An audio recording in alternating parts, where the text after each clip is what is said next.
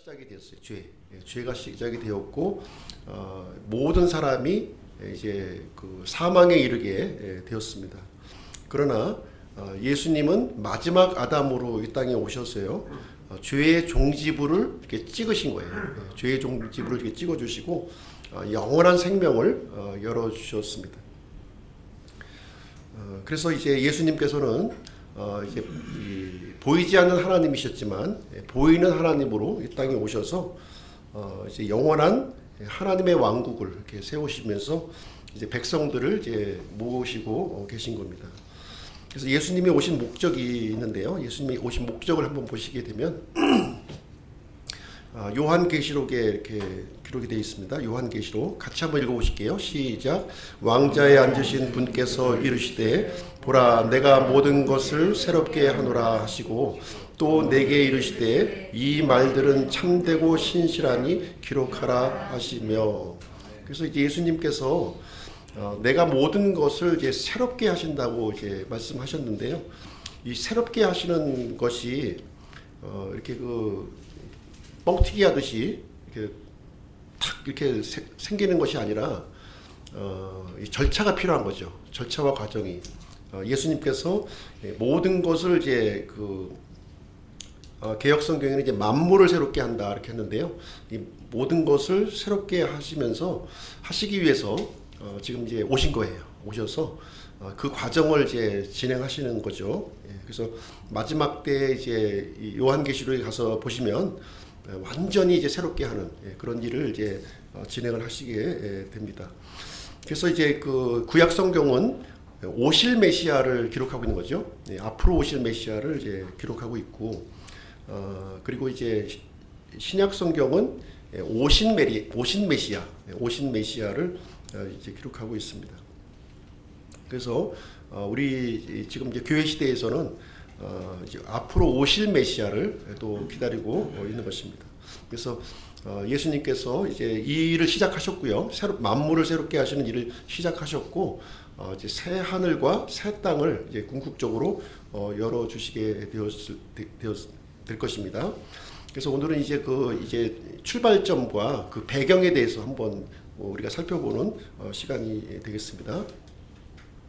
먼저 이제 구약과 신약의 관계를 이렇게 보시게 되면 구약에 이제 제일 첫 번째 나오는 책이 창세기죠. 그렇죠? 창세기 1장 1절에 보시면 처음에 이렇게 시작합니다. 처음에 어떤 일이 있었느냐?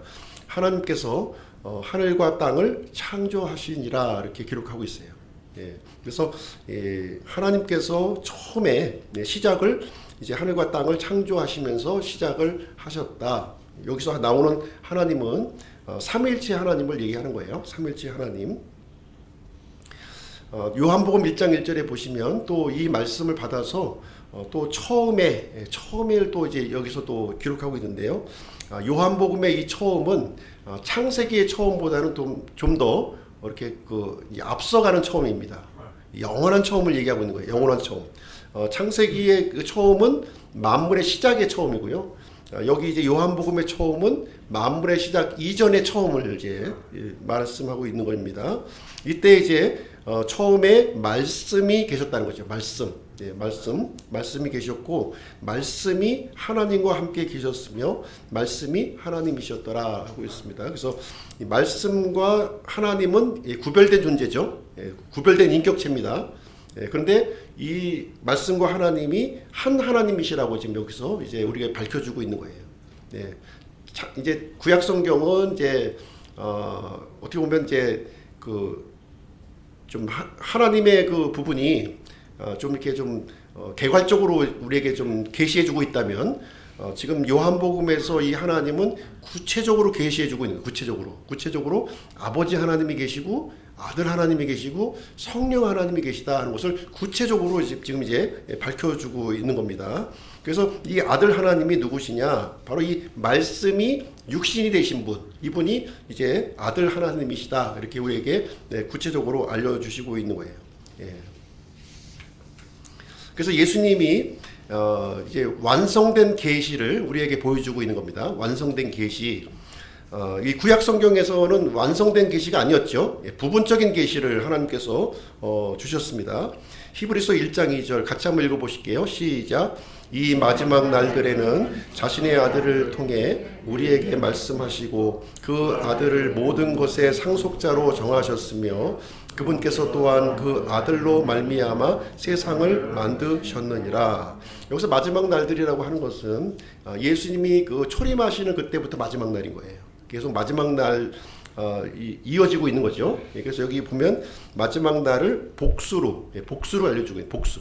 마지막 날들 해서 이제 예수님의 초림부터 이제 마지막 날이 계속 이제 이어지고 있는데, 그 전에는 하나님께서 여러 가지 방식으로 이렇게 계시를 해주신 거죠. 구약 성경에 보시게 되면 다양한 방식으로 계시해 주셨어요. 꿈으로도 알려주시고, 환상으로도 알려주시고, 또 이 성막에서는 우림과 둠밈, 우림과 둠밈을 통해서 이렇게 하나님의 뜻을 계시해 주셨습니다. 그리고 이제 대언자들을 또 보내주셔서 하나님의 부분적인 뜻들을 이렇게 알려주셨는데, 이제 마지막 날들 예수님이 이제 오셔서 이제 예수 그리스도를 통한 계시, 이것을 이제 완전한 계시라고 보는 거예요. 이게 완전한 계시.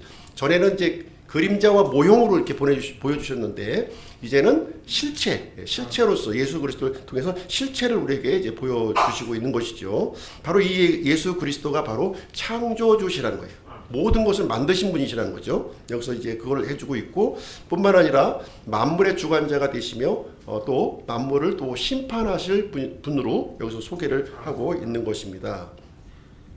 그래서 창세기의 시작과 이제 그 신약의 시작점을 이렇게 보시게 되면, 창세기의 시작도 이제 하나님께서 시작을 하신 거죠. 하나님께서 시작을 하셨습니다. 그래서 하나님께서는 순수한 세상을 이렇게 만들어 주셨고, 이 창조된 모든 그 이 창조 세계를 통해서 하나님 자신을 이렇게 알려주셨던 거예요.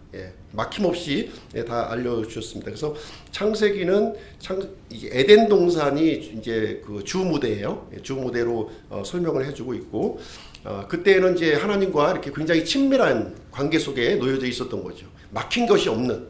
그런데 첫사람 아담과 이브가 범죄함으로 말미암아 이제 하나님과 이렇게 분리가 되었고, 하나님을 인식하지 못하는 그런 그 상황에 사람들이 이제 처하게 된 것입니다.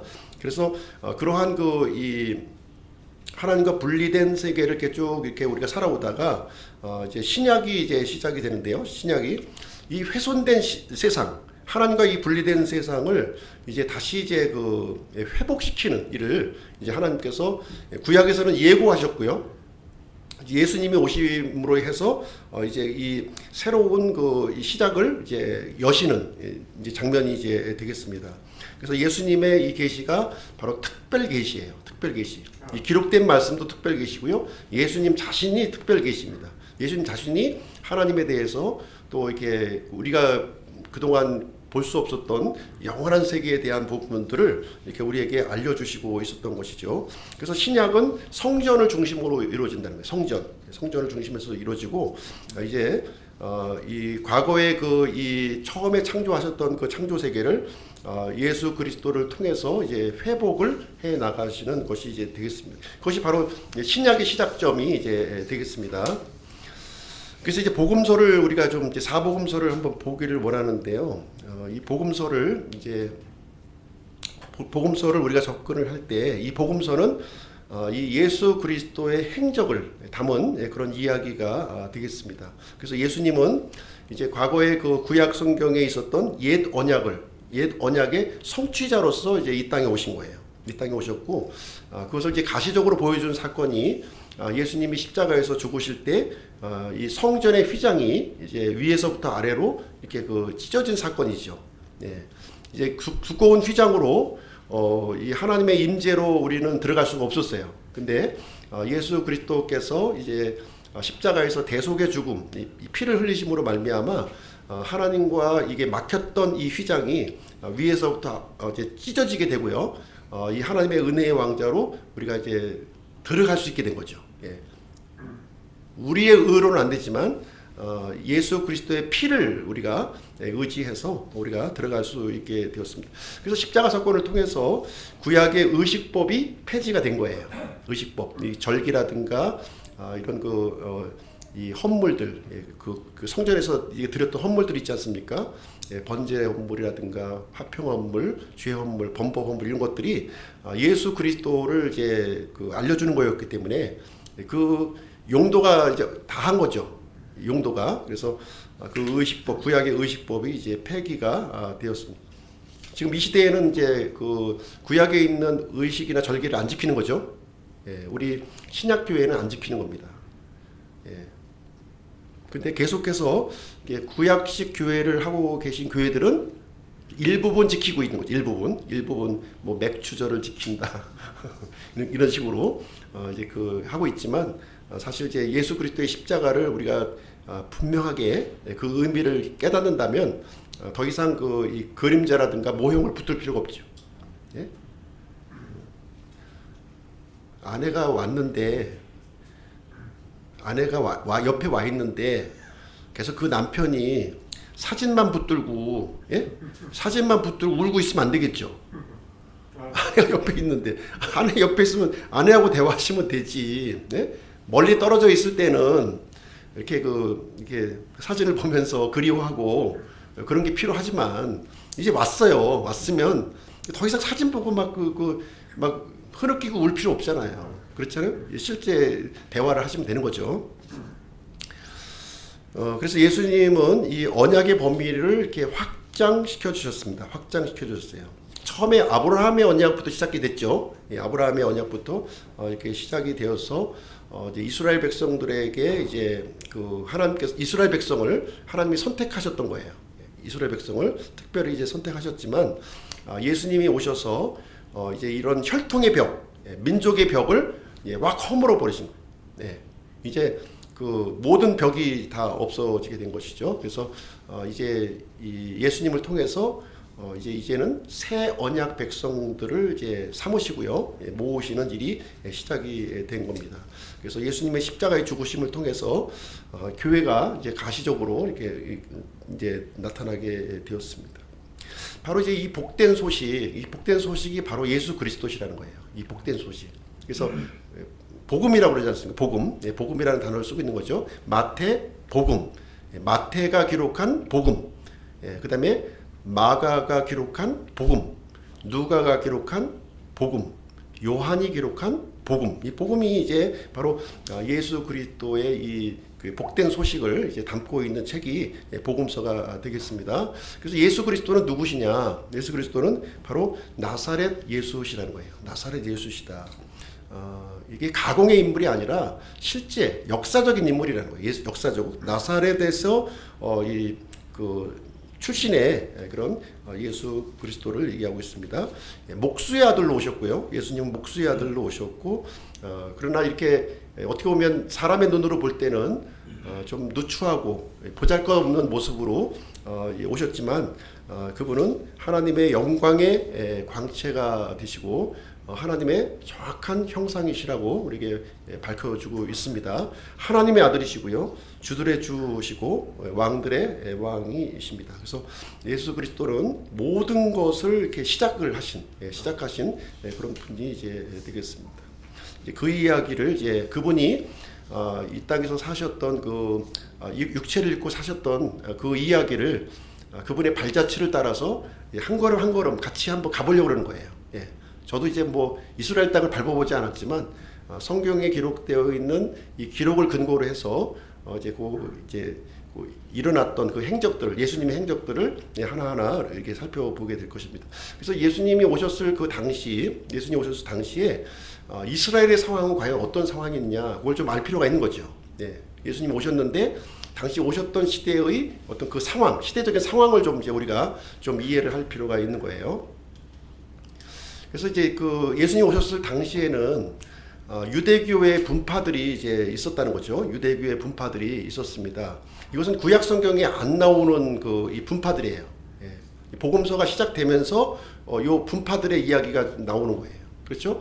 이제 구약과 신약 사이에 이제 어느 때인가 이 분파들이 이제 생성이 된 거죠. 생성이 되었고 예수님 당시에는 이 분파들이 이제 존재하고 있었던 거예요. 그래서 신약 성경에서는 요 분파들이 등장을 하고 있기 때문에 이 부분에 대해서 좀 이분들이 어떤 사람인가 하는 것을 좀 알 필요가 있는 것입니다. 그래서 사두개인, 바리새인, 에세네파, 그리고 열심당, 또 두 개의 학파, 산헤드린, 이런 순서로 말씀을 전해드리도록 하겠습니다. 먼저 이제 사두개인인데요. 사두개파 이렇게 부르기도 하고요. 사두개파. 이 사두개인이라고 하는 사람들은 이제 어떤 사람이냐? 이 역사적으로 솔로몬 시대까지 거슬러 올라갑니다. 솔로몬 시대에 이 제사장 사독이라는 사람이 있었던 거예요. 제사장 사독. 그래서 그 솔로몬 때의 대제사장, 이 사독의 후예로 보는 거예요. 이 사두개인들을. 근원을 이렇게 보고 있는 겁니다. 그래서 예수님 당시에 유대 사회에서 지배적인 계급이었던 거예요. 이분들이 지배적인 계층이었고, 특별히 산헤드린 공회를 움직이는 사람이었어요. 산헤드린의 그 수장이 되어가지고요. 수장이 되어서 산헤드린 공회를 움직이는 그런 사람이었고, 그러면서 자신의 그 정치적인 이권과 영향력을 행사했던 그런 그 지배계급이었습니다. 사두개인들은 이제 그 자신들이 주장했던 가치들이 있는데요. 그 가치를 보시게 되면 인간의 자유의지를 이렇게 강조한 거예요. 인간의 자유의지. 그래서 이분들은 이제 내세를 믿지 않았고요. 내세. 그래서 부활이라든가 천사의 존재를 이제 부정했습니다. 단지 그 모세오경, 이 토라라고 하는 모세오경만 정경으로 인정했어요. 나머지 대원서라든가 이런 속문서들은 이제 자신들이 이제 인정하지 않았던 겁니다. 그리고 이 사두개인들은 이제 이 제사장 계통의 사람들이다 보니까 이런 그 종교 의식을 굉장히 강조했던 그런 인물들이 되겠습니다. 그래서 예수님 당시에 그 성전을 이렇게 좀 어떻게 보면은 이제 그 점령해서 지금 이제 그런 그 종교 의식을 이렇게 주도적으로 이렇게 그 진행했던 그런 사람들이 바로 이제 사두개인들이라고 이렇게 보시면 되겠습니다. 그 다음에 이제 바리새인들이 또 나오죠. 바리새인들이 나오는데, 바리새인들은 또 어떤 사람이냐? 이 사람들의 그 기원을 좀 그 가기 위해서는 이 신구약 신구약 중간기에 이 마카비 그 하스몬 왕조라고 있습니다. 하스몬 왕조. 그러니까 이 하스몬 왕조의 그 기원을 두고 있어요. 하스몬 왕조가 이제 이 마카비 시대를 이제 알기 위해서는 신구약 중간사를 좀 이제 우리가 좀 이제 이해할 필요가 있는데요. 이때 이제 이스라엘을 위해서 이렇게 시리아 그리스에 이렇게 좀 대항했던 그런 사람들이에요. 어떤 성경적인 그런 그 분리를 우리가 이제 추구하기 위해서 이제 대항했던 그런 사람들입니다. 그래서 그리스 제국이 이제 이스라엘을 이렇게 헬라화 정책을 많이 폈거든요. 헬라화. 그래서 어떤 걸 했냐면 예루살렘에다가 이렇게 그 제우스 신상을 이렇게 세운 거예요. 제우스 신상을 세워서 여기에 섬기라고 이제 이것이 하나님이다 이렇게 섬기라고 그랬고, 또 성전 안에 지성소에다가 돼지 피를 갖다 뿌린 겁니다. 이스라엘 백성들이 가장 혐오하는 돼지 피를 갖다 뿌린 거예요. 여기에 이렇게 그 반대하고 이게 항거했던 인물들이 바로 이제 이 마카비라고 이제 불려지고 있는 사람들입니다. 여기에서 이제 굉장히 종교적으로 이렇게 좀 보수적이고 분리주의를 주창하는 사람들을 이제 어떻게 불렀냐면 하시딤이라고 부르는 거예요. 하시딤. 그래서 이 바리새인들은 하시딤의 이런 이제 후계로 이렇게 좀 보는 견해가 이렇게 있습니다. 그래서 바리새인들은 현실 세계와 좀 이렇게 분리하려고 하는 그런 이제 분리주의자로 불렸고요. 이분들은 좀 겉으로 볼 때 바리새인이라는 것을 한눈에 알아볼 수 있었던 거예요. 왜냐하면 그 의복을 통해서 알 수 있었습니다. 의복이 특별한 이제 의복을 입고 다녔는데요. 이 성구함, 그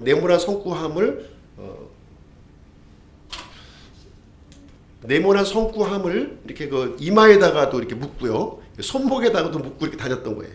그리고 이 옷단이 굉장히 길었고요, 그렇게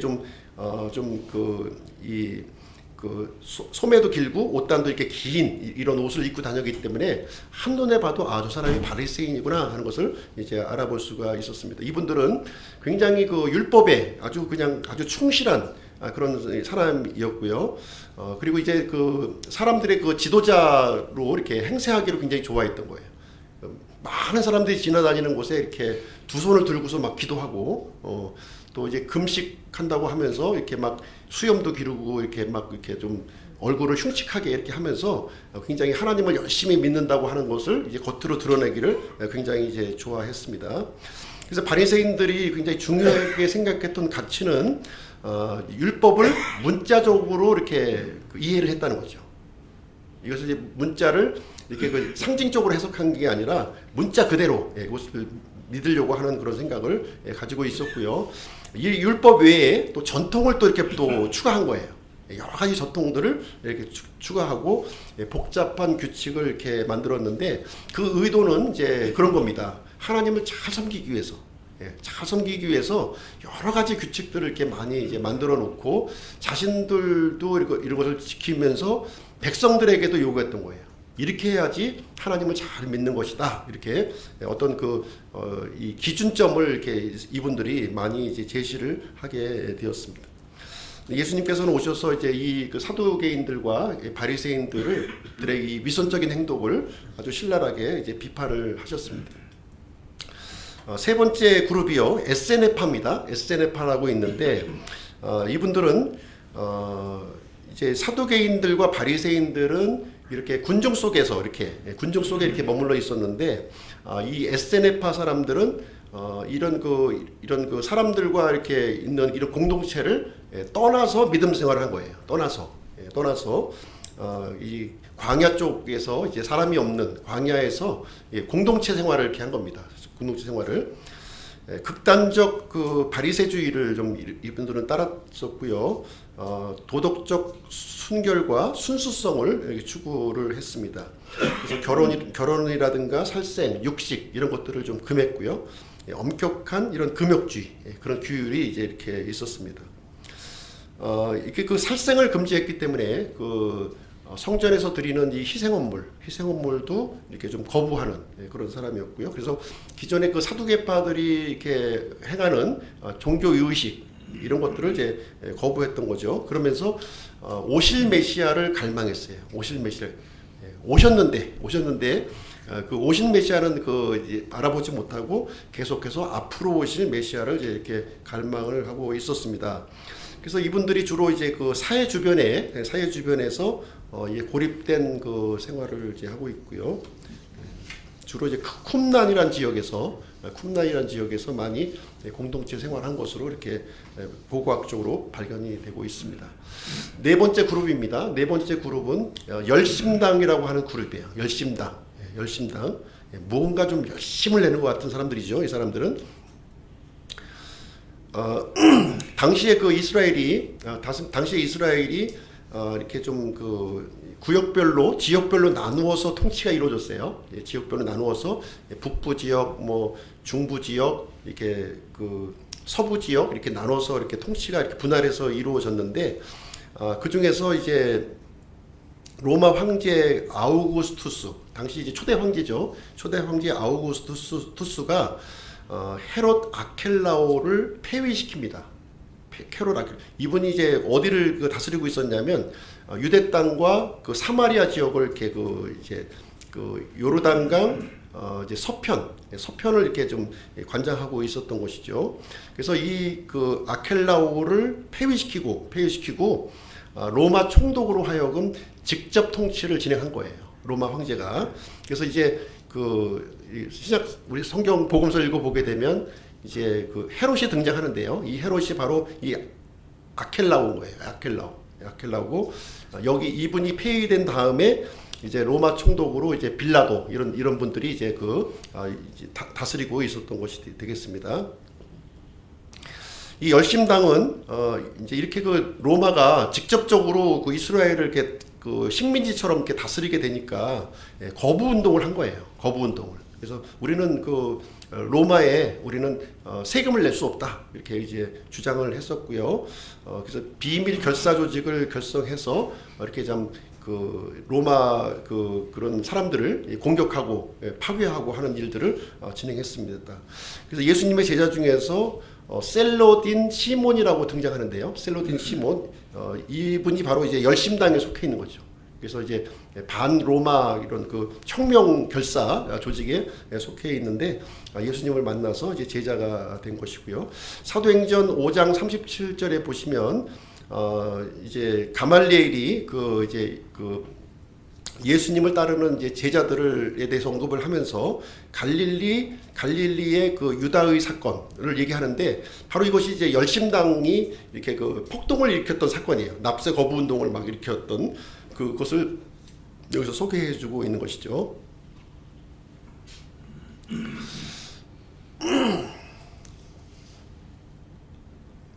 그 다음에 랍비 학파인데요. 랍비 학파.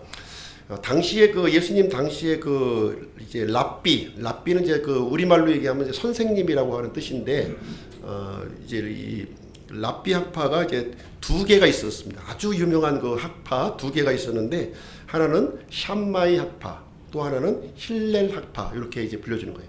샴마이라고 하는 사람이 이끌고 있는 학파, 그 다음에 힐렐이라고 하는 사람이 이끄는 학파, 이렇게 두 개 학파로 구분이 되어집니다.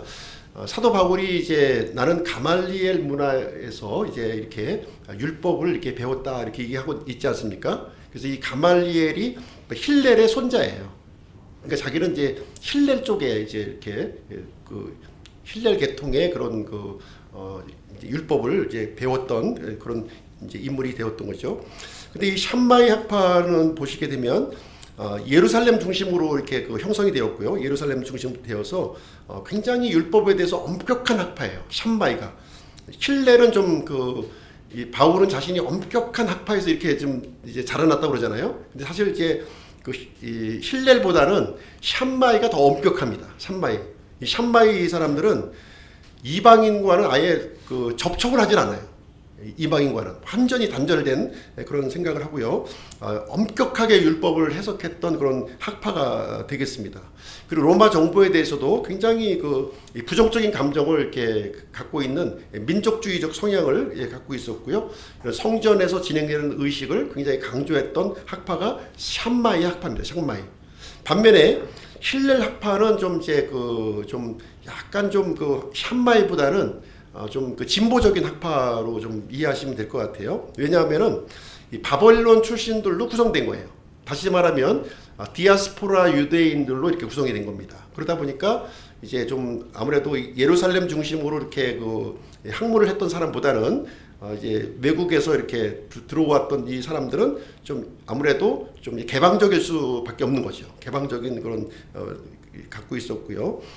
그래서 이 힐렐 학파의 대표적인 지도자가 가말리엘이 되겠습니다. 가말리엘이고 사도 바울이 또 이 가말리엘 문화에서 공부를 했다 이렇게 성경은 말해주고 있는 겁니다. 그 다음 그룹이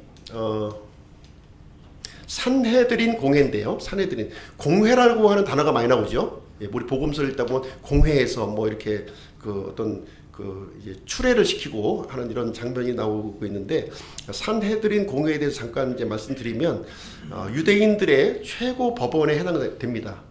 유대인들의 최고 법원이다. 그래서 70명의 의원들로 이제 구성되는데요. 이제 어떤 데는 70명, 어떤 데는 뭐 71명, 72명, 막 이렇게 좀 조금씩 숫자는 좀 차이 나는데 한 70명 정도의 의원들로 아마 구성되었고요. 이때 이제 대제사장, 사두개인이죠. 대제사장이 이 산헤드린 공회의 의장이었어요. 의장으로 맡게 되었고요. 여기 구성원을 보시게 되면 제사장도 들어갔고요. 바리새인들, 서기관, 율법사 이런 사람들이 이 공회의 구성원들이 이제 되었습니다. 그래서 민형사상의 재판을 여기서 관장한 거예요.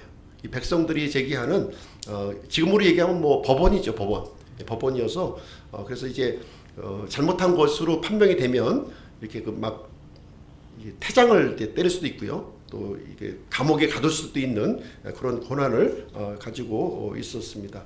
근데 사형만은 할 수 없었어요. 이 공회에서는 사람을 죽이는 것은 이제 그 로마 총독의 그 비준을 받아야만 가능했고요.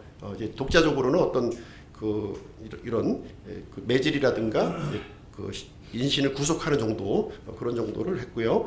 또 이렇게 그 유대 사회에서 이렇게 그 추방시키는 그런 권한까지 여기가 부여되었기 때문에 굉장히 많은 부분에 이스라엘 백성들의 많은 부분을 이제 이렇게 좀 간섭하고 이렇게 그 통제하는 그런 기구로서 이제 산헤드린 공회가 사용이 이제 되어졌습니다. 그래서 예수님 당시에 이렇게 여러 가지 그룹들이 이제 있었다 하는 것을 우리가 좀 이해할 필요가 있고요. 그 다음에 이제 예수님 오셨을 때 그 절기에 대해서 한번 보겠습니다. 유대인 절기를 한번 보실 텐데요.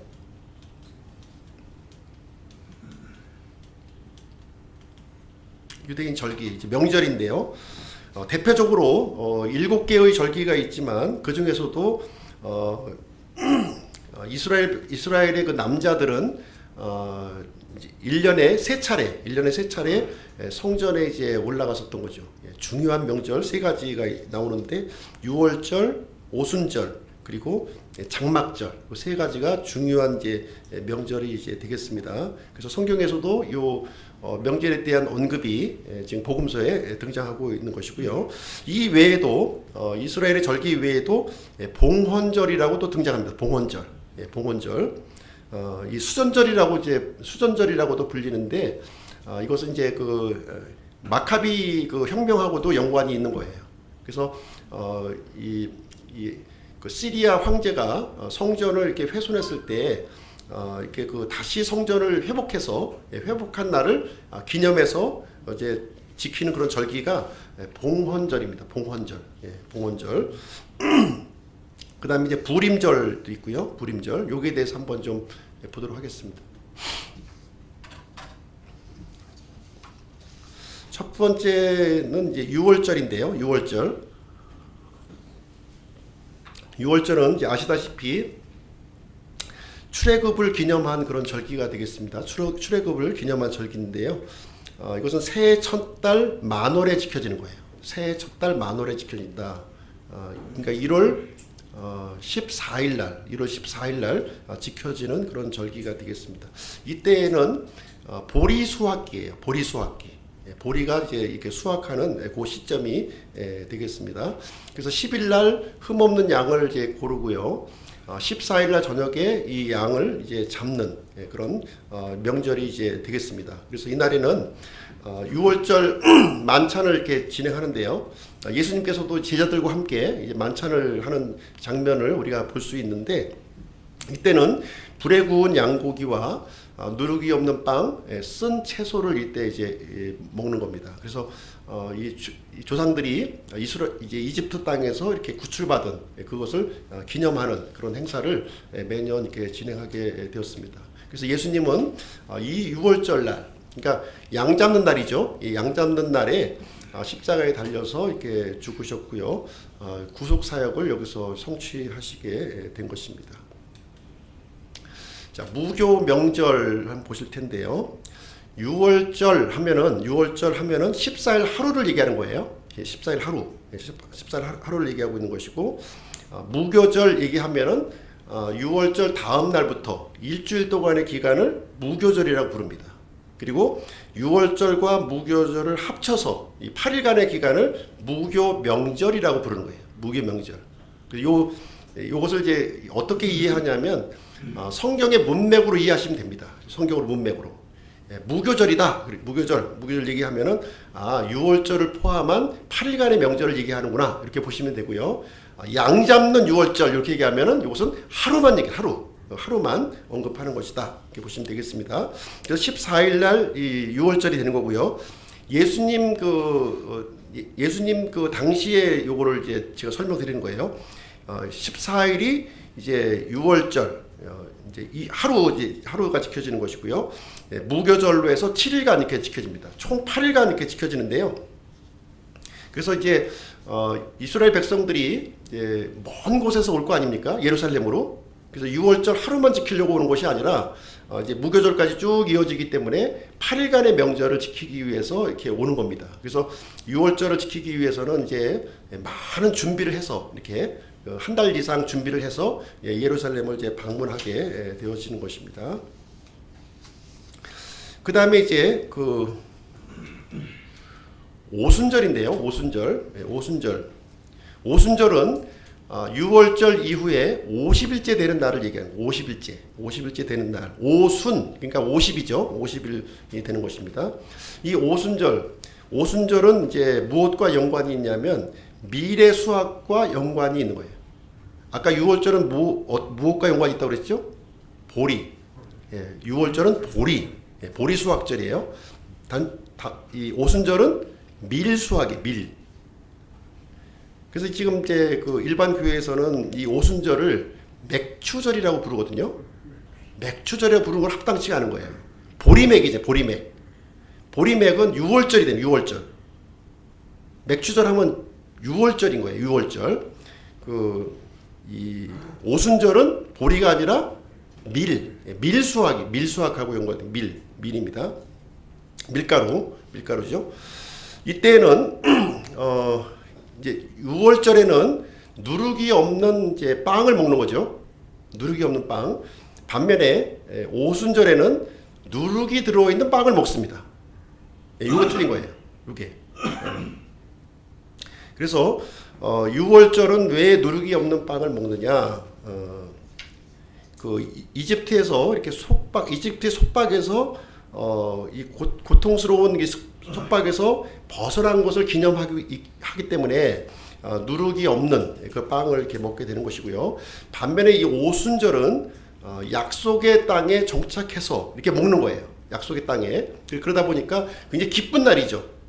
똑같이 기쁜 날이지만 기쁨의 강도가 틀린 거예요. 오순절은 이렇게 속박에서 해방된 기쁨, 그 다음에 오순절은 약속의 땅에 이렇게 우리가 정착하게 된 그 기쁨을 얘기해주고 있습니다. 그래서 이 6월절은 누룩이 없는 빵을 먹는다. 반면에 오순절은 누룩이 있는 빵을 먹는다는 겁니다. 그래서 두 개의 빵 덩어리를 이제 하나님께 바치는데요. 두 개의 빵 덩어리. 이 두 개의 빵 덩어리는 무엇을 얘기해주고 있냐면 한 개의 빵 덩어리는 이제 유대인이고요. 또 한 개의 빵 덩어리는 이방인들을 얘기하는 거죠.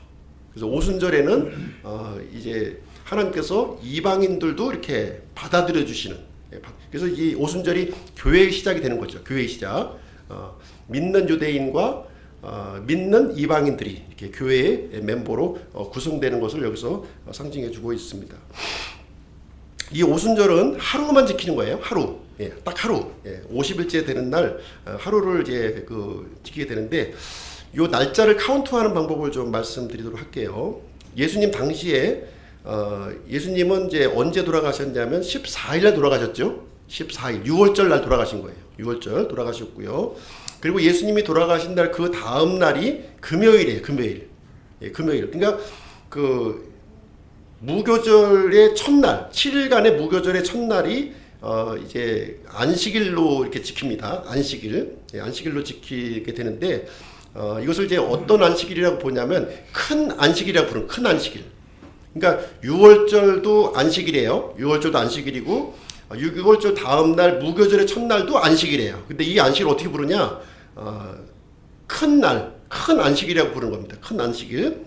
그리고 이제 이 토요일을 이제 뭐라고 부르냐면 토요일은 일반 안식이라고 부르는 일반 안식일. 그러니까 명절의 첫날이 큰 안식일, 하이데이면 이 토요일의 그 작은 안식일은 로우데이가 되는 거죠. 로우데이. 큰 날, 작은 날. 그러니까 큰 안식일, 작은 안식일 이렇게 되는 거예요. 예수님이 죽으셨을 당시에는 공교롭게 요것이 이어졌던 거예요. 요것이. 그래서 목요일 날 십자가에서 돌아가시고 그 다음날 무교절의 첫날로서 큰 안식일이 이어졌고요. 그 다음에 토요일 날 일반 안식일로 이렇게 이어졌던 거죠. 일반 안식일 이어지고 그 다음에 토요일 다음 안식일 다음 날 주일날 예수님이 부활하신 겁니다. 그래서 이 부활 이 17일을 이제 우리가 어떻게 부르냐면 보리의 첫 열매를 바치는 날이에요. 요 날이. 요때 6월절이 지나서 이 주일 첫 번째 주일이죠. 첫 번째 주일 날 이 그 보리의 첫 열매를 하나님 앞에 바치는 거예요. 이렇게 흔들어서 바칩니다. 흔들어서 이렇게 바치는 일을 행사를 하게 되는데 요 때부터 49일을 카운트합니다. 49일. 요 일요일 날을 기점으로 해서 49일을 카운트하고요. 그 다음에 이제 있는 이 일요일이 바로 오순절이 되겠습니다. 오순절. 헷갈리시죠? 그러니까 안식일, 이 오순절은 항상 주일이 되는 거예요. 주일. 항상 주일이 되는 거예요. 항상. 주일이 되는 거예요. 예수님은 주일날 부활하셨고요. 그래서 보리의 첫 열매가 이때 흔들어졌습니다. 하나님께. 그리고 나서 49일을 카운트하는 거예요. 그래서 77절이라고 부르는 거죠. 오순절을. 49일을 카운트하고 그 다음 날 50일째 되는 날이 오순절인 거예요. 그때 이제 그 누룩이 들어있는 2개의 빵을 하나님 앞에 흔드는 겁니다. 이렇게 흔들어서 바치는 거예요. 그게 오순절이에요. 이렇게 오순절을 또 이해하시고요. 세 번째로 이제 마지막 중요한 그 명절이 장막절이 되겠습니다. 장막절, 수장절이라고도 불러요. 수장절. 여기서 이제 여기서 수라고 하는 것은 이제 추수할 때 수자예요. 이제 거둔다 하는 의미를 갖고, 거두어서 보관한다 이런 뜻을 가지고 수장. 그래서 추수를 거두어서 이렇게 창고에 보관하는 절기, 그래서 수장절이라고 부릅니다. 장막절이라고도 이제 부르기도 하는데요. 이 장막절은 왜 이스라엘 백성들이 지키느냐? 이제 이집트에서 이렇게 이제 탈출해서요, 가나안 땅에 들어가기까지 전에 광야 생활을 거쳐요. 이스라엘 백성들이 몇 년 동안 그 광야 생활을 하죠? 40년 동안, 40년 동안 이게 광야 생활을 하게 되는데, 40년의 광야 생활을 기념하기 위해서 장막절, 이 수장절을 이제 이스라엘 백성들이 매년 이렇게 지키게 되는 것입니다. 그래서 이날은 이제 7월 15일부터 22일까지 이제 지키는 그런 명절이 이제 되겠는데요. 7월 15일부터 22일까지 이렇게 7일간 이렇게 지켜지게 됩니다. 이때는 여름의 끝자락이다 보니까 많은 그 과실들을 이렇게 그 수확하는 그런 절기와 연관이 이제 되어 있습니다. 그래서 이스라엘의 모든 남자들이 이 장막절이 되면은 이런 초막에 거하면서 하나님 앞에 희생 헌물을 이렇게 드리는 그런 일을 이제 진행하게 됩니다. 그래서 7월 1일이 나팔절이 되고요. 그로부터 10일이 지나서 속죄일, 7월 10일이 속죄일로 이렇게 드려집니다. 욤키푸르라고 하는 그 대속죄일이 있고요. 그 다음에 5일이 지나서 장막절이 이제 그 진행이 되는 거예요. 14일부터 21일까지 이때까지 이제 장막절 굉장히 그 이제 길죠. 이때는요. 이제 깁니다. 나팔절, 속죄일, 장막절이 연거푸 명절이 이어지다 보니까 아주 굉장히 그 이런 축제 속에서 이스라엘 백성들이 이 축제 분위기 속에서 이거를 이제 이 명절을 행사를 하게 되는 것입니다. 그 다음에 이제 특별히 신약 성경에서 나오는 절기 중에 봉헌절이라고 있어요. 봉헌절이라고 있습니다. 이것은 수전절이라고 부르는데요. 이제 수전절, 요거 이제 혼동하시면 안 되는데, 사실 이제 그 우리 개역 성경이 이제 한자 성경을 우리말로 이제 옮기다 보니까 이제 한자로 이렇게 되어 있는 거예요. 그래서 이제 그 오늘날 이제 한자를 좀 잘 이해를 못 하시는 분이 성경을 읽을 때는 이제 참 이해하기 어려운 거죠. 이 내용이. 그래서 그 수장절 할 때 추수해서 저장한다 이런 뜻을 가지고 있고요. 여기서 수전절이라고 하는 것은 이 거둘 숫자가 아니라 보수한다, 수리한다 할 때 숫자예요. 그래서 전이라고 하는 것은 직전이고요. 그러니까 이 성전을 보수하는 절기라는 거죠. 성전을 보수하는 절기. 그래서 성전을 하나님께 바쳐드리는 봉헌절이라고 부르기도 하고 수전절이라고도 이제 부르고 있습니다. 요 절기가 이제 복음서에 등장하는 거예요. 복음서에 요한복음 10장 22절에 보시면 예루살렘에서 성전 봉헌절 행사가 있었는데 때는 겨울이더라 이렇게 하고 있어요. 겨울이더라. 그래서 이 성전 봉헌절은 오늘날 그 크리스마스하고 비슷해요.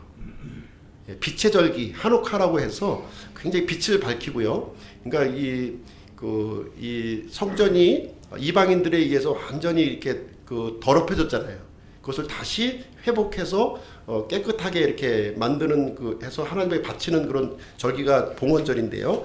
요 시기가 공교롭게도 이제 크리스마스하고 거의 일치되는 겨울에 있는 그런 명절이 이제 되겠습니다. 그래서 유다 마카비가 성전을 회복시킨 것을 기념하는 그런 절기가 되겠고요. 주전 164년 이때를 이제 기원으로 삼고 있습니다.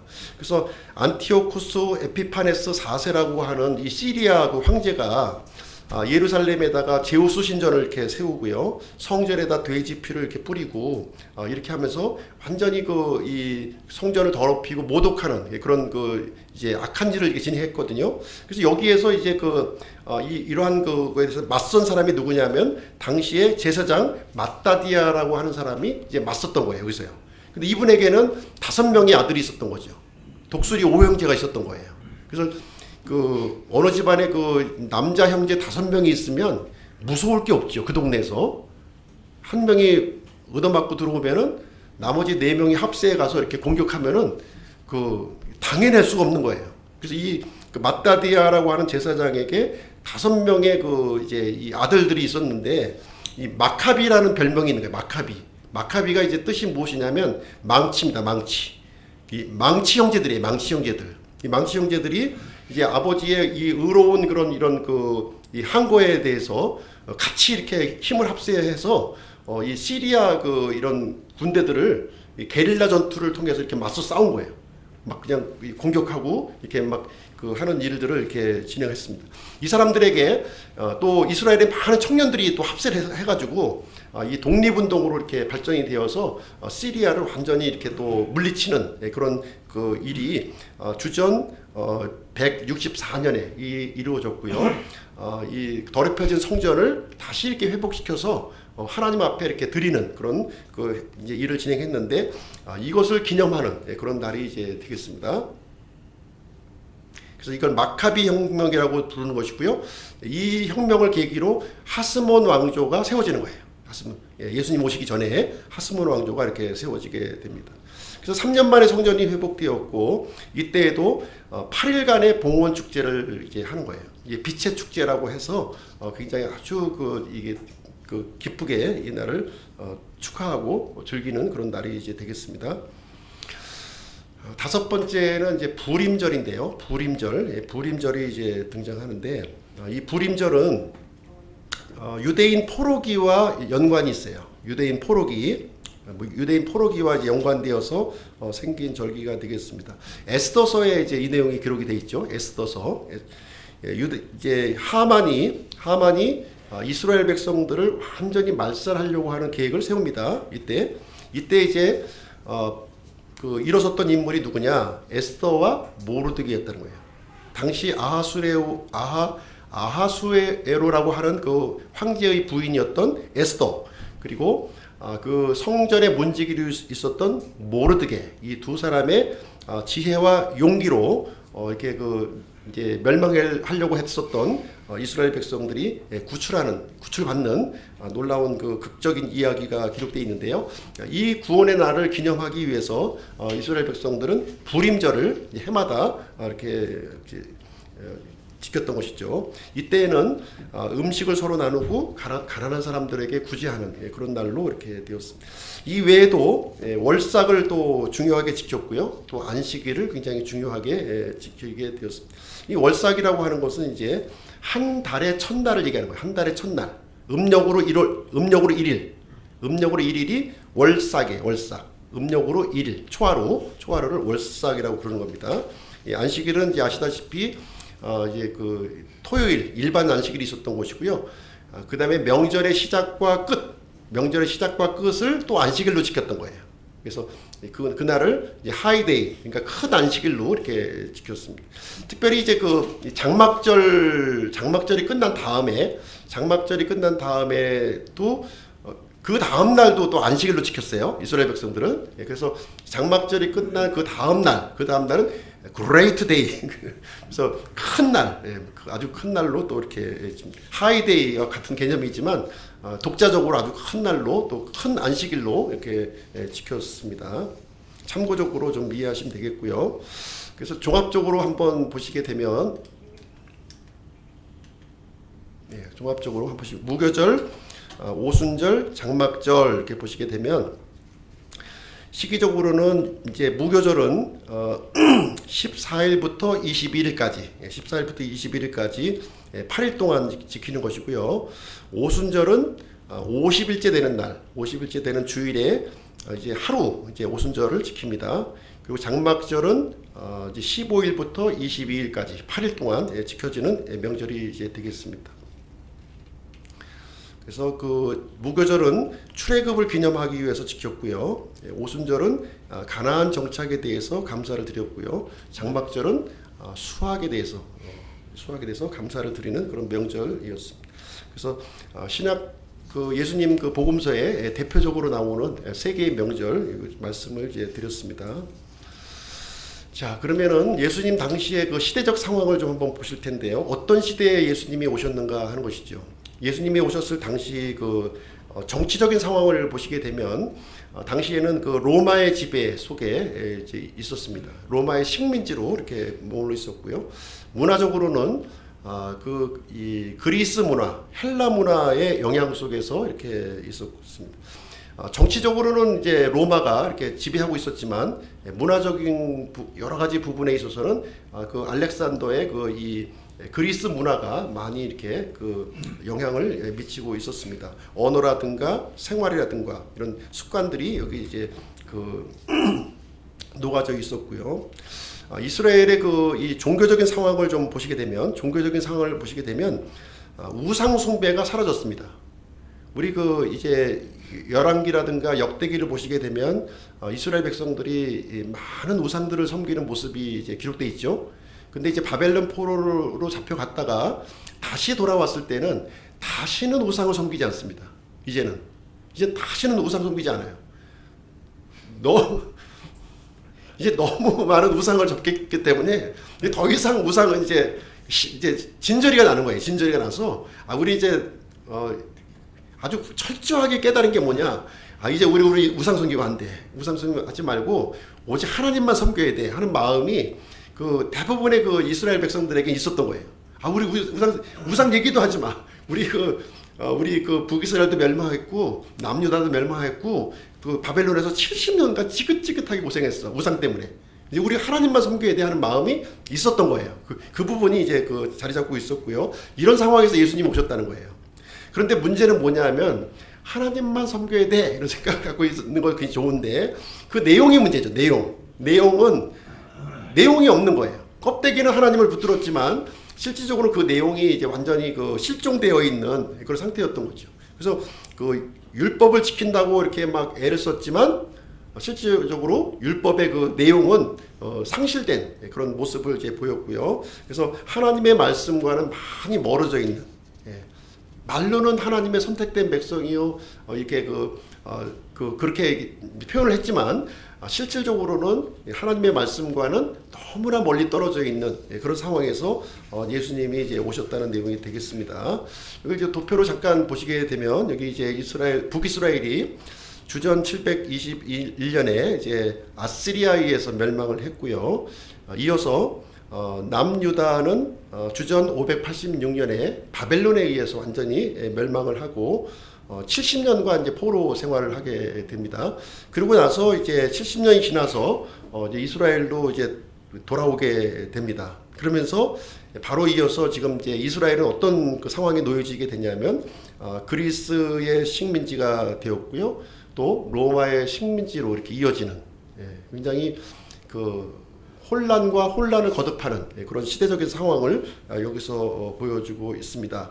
그래서 이스라엘 사람들은 하나님을 믿는 백성들이었지만 이런 정치적으로, 문화적으로, 사상적으로 큰 그 소용돌이 속에서 이렇게 머물러 있었습니다. 이런 상황에서 이제 그 로마 제국이 당시 고대 근동을 완전히 하나로 이렇게 통일하는 그런 상황이었고요. 또 언어가 또 통일이 됐어요. 언어가 그리스 언어를 이제 다 이제 사용을 했습니다. 그리고 로마 제국이 했었던 위대한 업적 중에 하나가 바로 이제 도로를 이제 건설하는 거였어요. 도로 건설. 그래서 이 로마 제국이 관장하는 모든 지역에 이렇게 모든 길은 로마로 통한다 이렇게 하면서 로마로 통하는 모든 그 도로망을 이렇게 건축하게 되었습니다.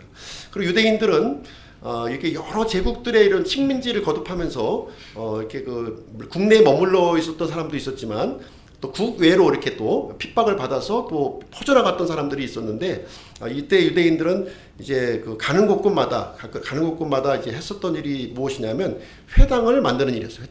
회당을 만들어서 이 로마 제국 전역에 대부분의 지역에 최소한도 그 이제 유대인들이 한 20명 이상만 돼도 그 마을에는 회당이 이렇게 건립이 되었던 거예요. 회당이 건립이 되어서 거기서 이제 하나님을 이제 예배하고 율법을 낭독하고 이렇게 그 하는 그런 그 신앙의 중심지 역할을 이렇게 감당했는데요.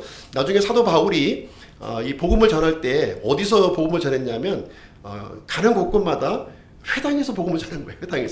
가는 곳마다 회당이 있었고요. 그 회당에서 복음을 전해서 그것을 통해서 많은 사람들이 구원받고 이렇게 교회가 세워지는 그런 그 중심축이 이렇게 되었습니다. 이런 상황에서도 이제 이스라엘 백성들은 이렇게 혼란한 이런 그 상황에서 이제 이 구약 성경에서 약속하신 우리 하나님께서 보내실 메시아는 언제쯤 오실 것인가 하는 이 기대와 소망이 그들의 마음 속에 있었습니다. 그래서 이 이스라엘 백성들에게는 하나님 중심의 그 신앙을 이제 갖고 있었는데요. 히브리어로 된 구약 성경을 이제 가지고 있었다는 거예요. 이 이스라엘 백성들이 많은 핍박과 박해가 있었지만 그럼에도 불구하고 말씀만은 이렇게 끝까지 보존하고 있었습니다. 그래서 율법서와 대언서, 성문서 이런 것들을 이제 그 소유하고 있었는데요. 이 구약 성경은 주전 250년 경에 이제 이스라엘 그 백성들에게는 이제 정경으로 이렇게 이미 받아들여지고 있었습니다. 나중에 이제 주후 한 90년 경에 얌니아 회의에서 이제 정식으로 정경으로 인정받긴 하지만 이것은 이제 추인한 거고요. 실질적으로 이스라엘 백성들은 주전 250년 경에 완성된 구약 성경을 소유하고 있었고 그걸 읽고 있었다는 거예요. 그래서 예수님이 오셨을 때는 그 성경을 들고 회당에서 이렇게 말씀을 또 전하시고 가르쳐 주게 되었습니다.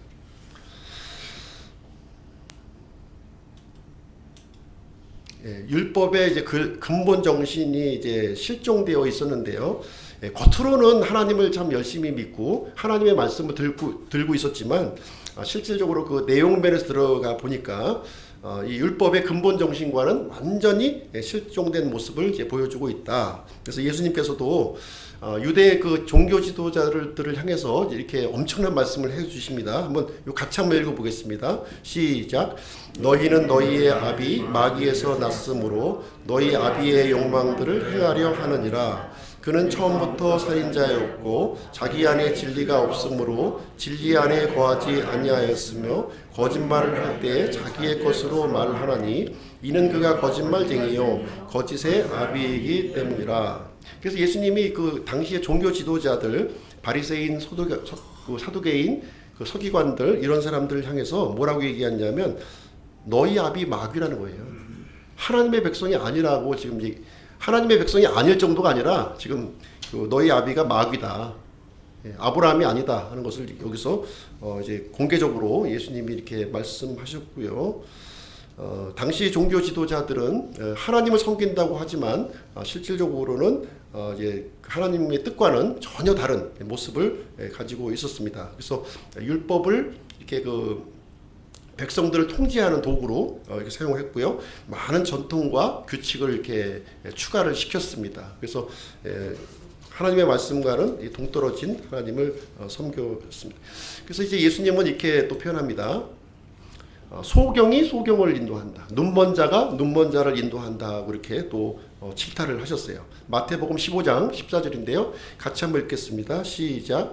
그들을 그냥 두라. 그들은 눈먼 자들을 인도하는 눈먼 지도자들이니라. 눈먼 자가 눈먼 자를 인도하면 둘 다 도랑에 빠지리라 하시매. 그래서 이 당시의 그 종교 지도자들을 예수님께서는 눈먼 자, 소경이라고 이렇게 얘기해서 다 인도하는 사람이나 인도받는 사람이나 다 도랑에 빠지고 만다. 하나님의 그 직접적인 이 계시를 이렇게 오해하고 잘못 해석하는 그런 상황이었습니다.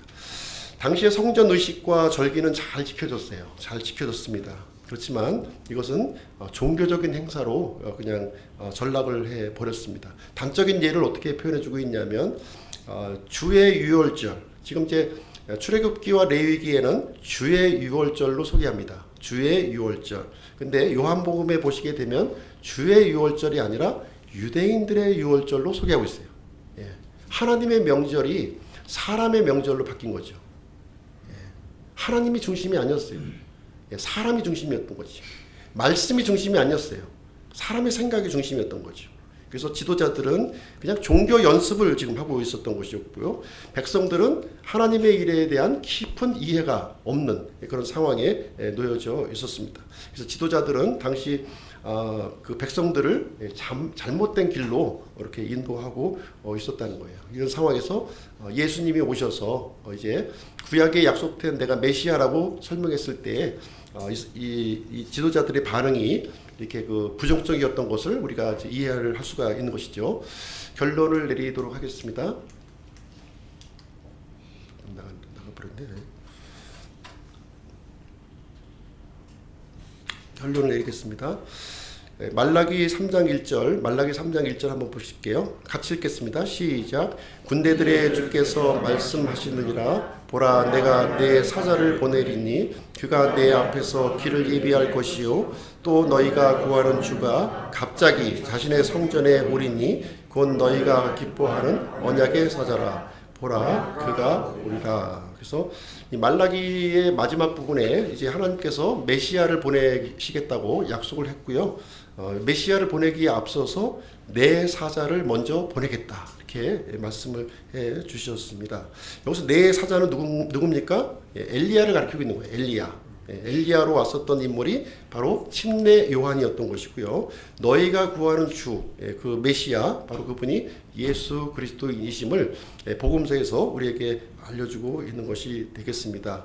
그래서 예수님은 구약의 약속대로 이제 이 땅에 오셨고요. 또 예수님이 오시기 전에 침례 요한이 앞서서 예수님이 오시는 길을 이렇게 증거하는 모습을 우리 복음서에서 이제 보게 됩니다.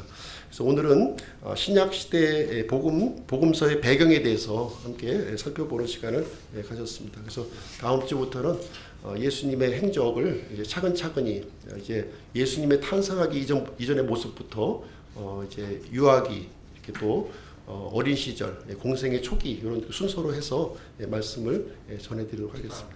좀 딱딱하긴 하지만 그래도 예수님이 이제 이렇게 그 오시기까지 이런 과정을 또 더듬는 거니까 역사를 한번 우리가 좀 더듬는다 이렇게 생각을 하고 우리 구주 예수님의 이야기잖아요, 그렇죠? 우리 구주 예수님의 육신의 몸을 입고 오셔서 이제 하셨던 그 기록이니까 나름대로 좀 의미는 있으리라고 생각을 합니다. 기도하고 마치도록 하겠습니다. 은혜로우신 아버지 하나님 감사합니다.